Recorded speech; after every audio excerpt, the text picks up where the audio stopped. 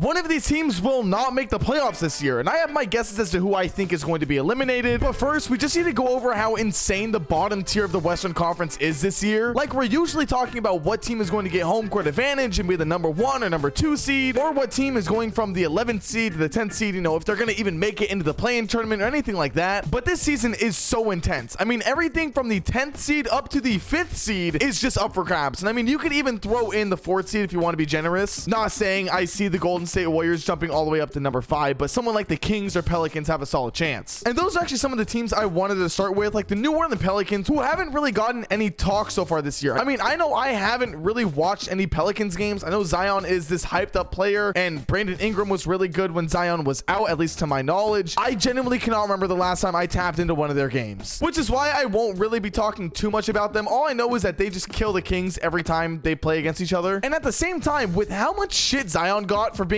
out all the time or being, you know, busy eating a lot, all those jokes that were made, for them to be the 5th seed and no one really talking about them is kind of crazy. I mean, we talk about the Clippers all the time and how they've overcome all the injuries and stuff like that. Also, hope you feel better soon, Kawhi Leonard. But for how much we talk about them, I mean, where's the credit for the New Orleans Pelicans? But my point is, they're doing great. I don't see them being one of the teams to drop into the play-in tournament. I think they will end the season as the 5th or 6th seed, and they should get a ton of credit. I do think that they will be maybe the first round exit, but you know, we'll get to that later. But as we go down in the standings, the next team to come up after them is the Sacramento Kings. Now, I just got done actually going to the Kings and Lakers game, and usually when I see the Kings on a back-to-back, I know that they're gonna lose. It's just bound to happen. I mean, that is just statistically how they have been this year, and also the fact that they had a lead a majority of the game. I knew that they were gonna blow it near the end. I felt like LeBron was gonna go on this run, and they were just gonna fumble the lead and all that stuff. But the Kings actually held their ground. They didn't go out there and drop the lead. They didn't go out there and fumble it in front of their home fans. No, they actually held strong, played physical, knocked down shots. That was a huge thing right there. And this is something that they've been trying to do. I mean, they had a whole team meeting thing. I don't want to go over that because that was so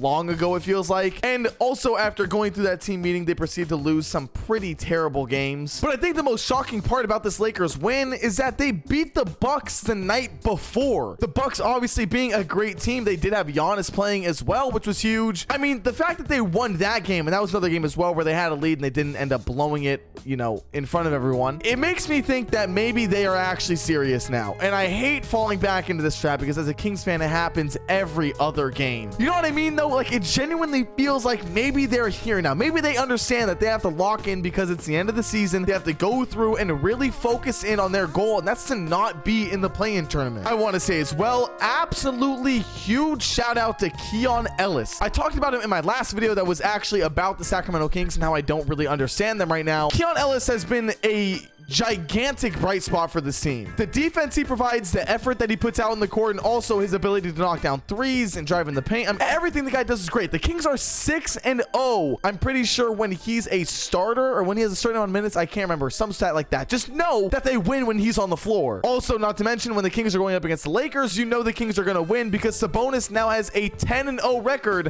when playing against Anthony Davis, which is just things that we'd love to see. And I'm sure you guys all saw this clip right here of Anthony Davis getting absolutely knocked down by Sabonis. It was beautiful to see. It was just beautiful. So where do I see the Sacramento Kings ending the season? Well, I'm going to be on the more optimistic side and honestly say that they can end the season as the 5th or 4th seed. I am currently riding a high right now with them coming off of 2 back-to-back wins, as I just got done mentioning. But I think with the Clippers unfortunately losing Kawhi for X amount of games, the Pelicans, who knows how they'll be, but I think the Kings are a better team than what their record and what their seed shows right now. So if the Clippers end up falling a little bit, and if the Pelicans, you know, I don't know how they're gonna do, I see the Kings jumping up and not being a team to fall down. The Phoenix Suns are a team that I'm just really kind of disappointed in. I absolutely hated their move for Bradley Beal. I feel like it was just a little bit too much. Like, you're trying too hard to make this insane team, and I understand that he's been out with injuries, and that's not even the reason why I don't like the move. I just don't think he's the best piece in this team. I understand he's a great player. He's a great player. He's gonna put up good numbers, whatever, but does he help turn them into a championship team? I genuinely don't don't think so. I really do believe that Devin Booker and Kevin Durant could lead this team to some crazy things, but the way that their team is right now, I don't see it happening. And so for that reason, I think the Phoenix Suns will remain as a play-in team. I do not see them jumping out of the play-in, but I do see the Dallas Mavericks jumping out. This team is on a roll. They just got done beating the Stephen Curry-less Warriors, which isn't that crazy to talk about. But the Mavericks are just one of those teams, kind of like the Phoenix Suns to me, where it's like, you look so good. Like, you're a team that just looks amazing. Luka Doncic and Kyrie Irving, I understand, like I said before, Kyrie Irving has been out with injuries. They brought in PJ Washington. I mean, the team feels good, but somehow you're still really low in the play-ins. I don't know. I see the Dallas Mavericks ending the season outside the play-in tournament. I see them being the 6th or 5th seed. The LA Lakers and the Golden State Warriors, though. The bottom two of the play-in tournament. I want to see these two go head-to-head in the play-in so bad. And the funniest part is that everyone always hypes up these teams because they're big markets. I feel like they're always going to get some sort of recognition. I didn't think the Lakers were that good, and that's not because I'm like a Lakers hater or anything like that. I just genuinely didn't see what everyone else was seeing. The hype for Austin Reeves last year was absolutely ridiculous. It was total big market Lakers overhyping a player who did a solid job being a role player. I mean, the guy was putting up the same averages as Malik Monk, which is good, don't get that twisted, but he was also being selected for Team USA. Like, what the fuck are we even talking about? Anthony Davis has been reliable though, which is a huge plus as well. No one seems to talk about how he's a fragile player anymore because he has been playing a good amount of games, especially compared to previous years. But the Lakers are also one of those teams that can go from being in the play-in tournament to making it all the way to the Western Conference Finals and, you know, all that stuff. I do not see them making the NBA Finals though by any means. The Golden State Warriors, I honestly am so happy to see them this low in the NBA standings. And that's not because I'm a Warriors hater, okay? Don't get it wrong. It's just that I think it is their time to move on. I don't think that they have anything left in the tank. They brought on Chris Paul for what reason? I don't know. I understand that Curry has been out with an injury recently, but he should be coming back soon, so really cool to hear that news. Klay Thompson, honestly, is probably going to either walk away from this team soon or stay and get a pay cut. I don't know. I just feel like the Golden State Warriors, their time is over. They won their last ring. Not a lot of people expected them to win that ring before. They did it. Congratulations, but it's over.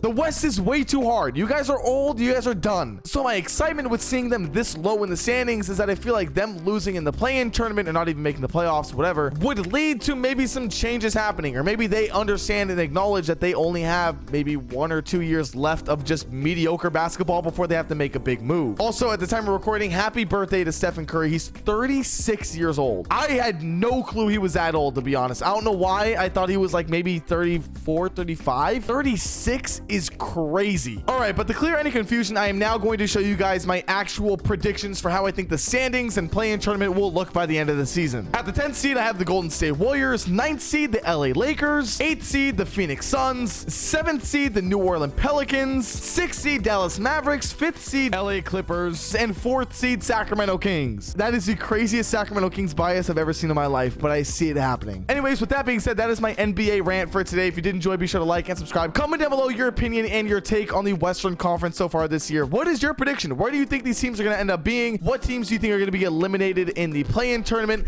Let me know. I read and respond to every single one, but I appreciate you even making it this far into the video. That does mean a lot. So yeah, I will see you guys all in the next one. Later.